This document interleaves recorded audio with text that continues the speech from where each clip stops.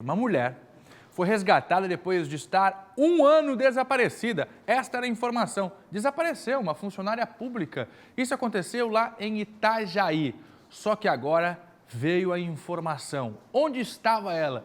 E o caso é impressionante. A mulher chegava a escrever cartas. Por favor, me ajudem. Estou aqui trancafiada.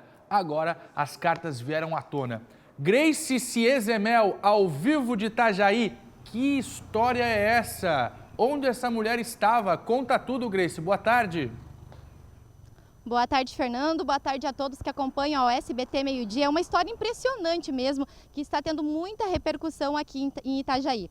Daniela Bitt, ela estava desaparecida desde fevereiro do ano passado, né? Então ela foi resgatada na noite de quarta-feira, mas só ontem à noite é que o Tribunal de Justiça de Santa Catarina revelou o caso, né? E ele veio à tona. Ela estava então desaparecida desde fevereiro do ano passado e ela foi encontrada em um cubículo aqui em Itajaí, no bairro Vila Operária, onde ela estava sendo mantida refém pelo então namorado dela. As investigações elas foram feitas pelo Núcleo de Inteligência e Segurança Institucional, UNIS, do Tribunal de Justiça de Santa Catarina, porque essa mulher, ela era servidora do Fórum aqui de Itajaí. Em janeiro do ano passado, então, ela entrou em férias, ela deveria retornar no mês seguinte. Como ela não voltou, então ela ficou desaparecida e ninguém sabia onde ela estava. As investigações, elas aconteceram, a polícia se envolveu no caso, mas como até o mês de agosto do ano passado, nenhuma nova informação surgiu, as investigações, elas foram suspensas. Então, como que esse caso, então, veio à tona? Porque na terça-feira dessa semana, um vizinho entregou uma carta manuscrita pela própria Daniela. A gente vai ver agora as imagens dessa carta, que a gente teve acesso hoje pela manhã, a carta escrita pela Daniela. E nessa carta ela pede ajuda para a juíza Sônia Moroso, que é a juíza da comarca aqui de Itajaí, que trabalhava inclusive com a Daniela. Nessa carta, ela fala que está aguardando um resgate, um possível resgate. Ela diz que ninguém aqui de Itajaí pode saber que ela está viva, conta inclusive que está passando fome e pede a ajuda da juíza. Foi graças então a essa carta que a Daniela foi encontrada. E eu conversei hoje pela manhã com o delegado Ângelo Fragelli, que ele ajudou nas investigações do caso, então a gente vai ouvir o que ele tem para nos falar. Na ocasião em que ela foi encontrada em condições de péssima higiene, bastante debilitada e transtornada, também foi cumprida a prisão temporária do companheiro dela, da pessoa que estava junto a ela e que as investigações apontam que teria sido a pessoa responsável por ter fomentado esse desaparecimento. Há indicativo de que essa pessoa teria criado um ambiente de transtorno psíquico, né? Daí o IGP que vai dar dados técnicos melhores em relação a isso, mas algum tipo de transtorno, de perseguição, tendo feito ela acreditar que estava sendo perseguida pela polícia, sendo perseguida por políticos e, em razão disso, ele teria conseguido motivá-la a se esconder juntamente com ele por todo esse período. E hoje pela manhã a gente esteve também nesse local aí em que ela estava sendo mantida em cárcere privado, conforme o delegado fala. A gente vai ver as imagens agora desse local, pode rodar aí. O casal ficava em um quarto muito pequeno, como a gente pode ver, um local, gente, de aproximadamente 10 metros quadrados. E pelo que o pessoal que mora ali nas proximidades conta, os dois não saíam para lugar nenhum, nem para ir no supermercado. Inclusive, uma senhorinha que mora ao lado dessa casa, eu conversei com ela, ela disse que nunca viu a Daniela. Só viu a Daniela, então, na quarta-feira, quando ela foi, então, retirada desse local. E eu conversei, inclusive, hoje de manhã, com o dono desse local, que foi quem, no início, alugou esse quarto para o casal e que foi, ele mora ali, ele era vizinho dos dois, e foi ele que entregou a carta para a juíza. O que ele me falou? Que a impressão que dava é que os dois viviam numa verdadeira fantasia mesmo, falavam muitas coisas que não tinham nexo. Enfim, a gente vai ouvir agora então a entrevista que eu fiz hoje de manhã com o vizinho, o proprietário desse local, que entregou a carta à juíza. Ela, claro, entrava na fobia dele e ela também estava com um problema seríssimo, que aí ela gravava cada vez mais, falava. E aí eu me senti, assim, meio que...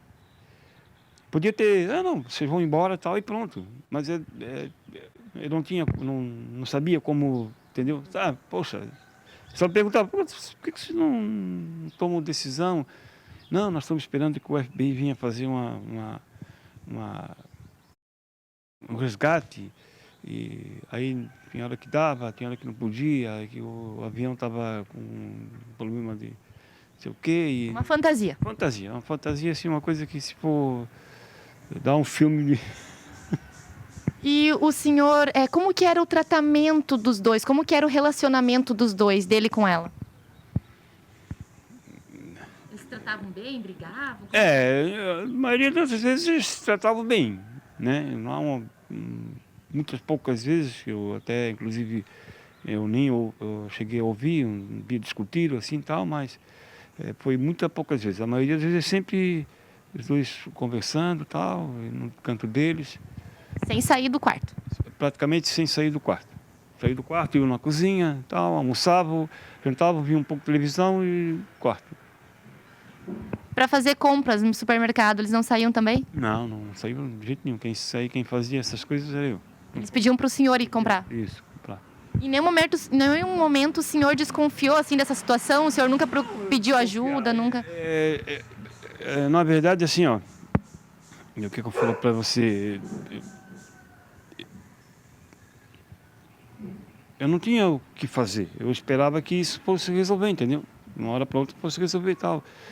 E pensei várias vezes, né? Nos últimos meses eu pensei várias vezes, olha, não, vou ter que tomar uma decisão, vou ter que fazer uma coisa. Chamar alguém, falar para alguém. Eles diziam, não, por favor, não faz isso, nós estamos correndo perigo, eles vão matar nós, vão não sei o quê. Se nós não sair daqui, nós vamos morrer. Ele fazia alguma proibição para ela? O que ele proibia é o seguinte, que ela não podia correr risco nenhum. Sair e tal, tentar sair, tentar fazer... Ela foi assim, essas vezes que ela saiu, foi assim, por coragem dela, por intuição dela. Pois é, parece história de filme, né, gente? Mas é uma história real. O namorado, então, da Daniela, ele foi preso pela equipe do NIS, ele está aqui em Itajaí, eu conversei com o delegado e ele falou que vai pedir a prisão preventiva dele. A Daniela foi encaminhada para o Hospital Psiquiátrico de São José e eu também entrei em contato com o irmão da Daniela, o Fernando, porque a família da Daniela, ela não é daqui, a família é lá do oeste, da cidade de Maravilha. Então, ontem à noite, a família se deslocou para cá, chegou hoje de manhã e hoje, então, pela manhã, eles iriam encontrar a Daniela, né, fazer o reencontro da família e ver qual é a situação que ela realmente se encontra. O Fernando, irmão dela, disse que ela está com a saúde bastante debilitada.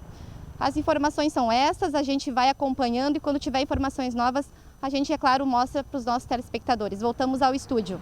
Grace Ciezamel com a gente ao vivo de Itajaí, contando essa história que beira o absurdo. Obrigado, Grace. Daqui a pouco ela volta com informações de um júri que está acontecendo lá na região dela. Hélio Costa, que situação. A mulher estava há 1 ano sendo mantida ali em cárcere privado. 1 ano.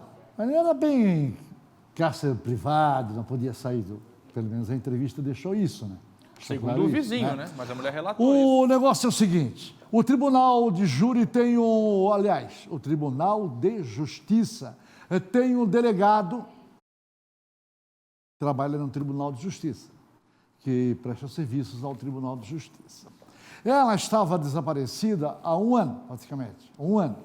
A Polícia Civil de Joinville fez trabalho de investigação para encontrá-la, não encontrou.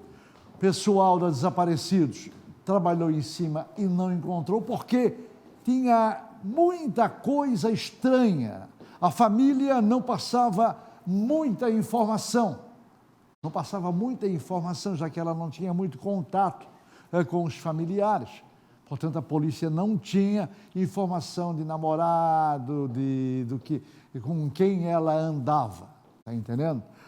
Esse delegado do Tribunal de Justiça, o Dr. Mauro, recebeu a incumbência do presidente do TJ para trabalhar no caso.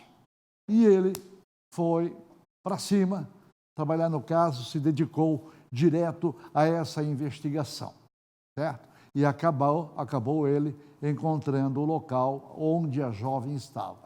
Ela já, no começo, estava prestes a ser demitida do serviço público. Mas surgiram outras informações, ela não foi demitida por falta ao trabalho. Por falta ao trabalho. Aí o TJ, que tem um delegado para investigar, e o delegado também tem apoio, é claro, das comarcas de todo o estado, foi para cima e acabou descobrindo o paradeiro desta jovem. Agora, muita coisa vai acontecer daqui para frente. Muita coisa vai acontecer daqui para frente. Perícias, exames médicos, psiquiatras, né, também psicólogos da polícia.